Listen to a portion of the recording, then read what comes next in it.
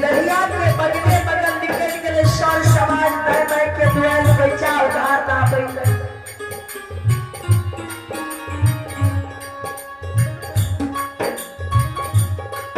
बचा उधार ना पैले के मां चलने धर्मराज बाबा हनुमान जी के कहिए हे पवन पुत्र हनुमान हे नाथ के दूत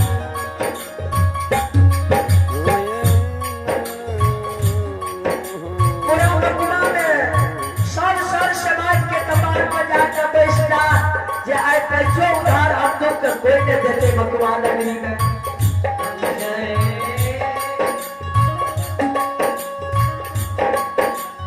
अंतु बना के मां मेरी से सब समाज के दुआर जाए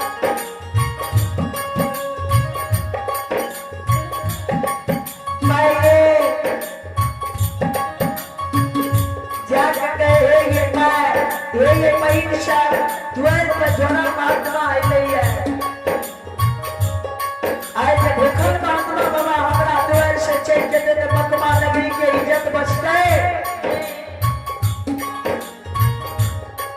ये दूसरे पे जो धान चावल हमरा दे दिया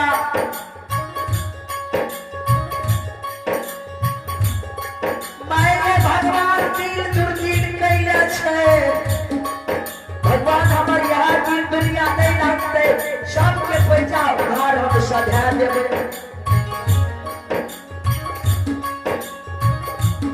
अब तो भगवान का मां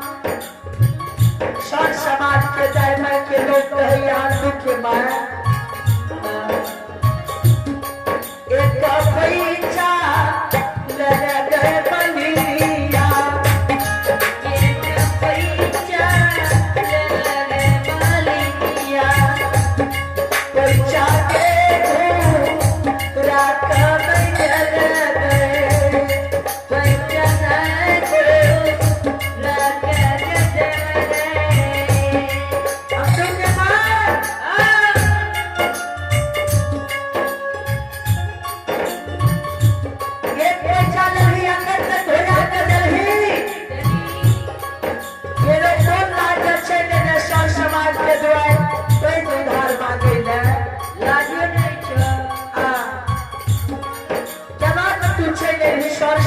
के द्वार बेटा के हो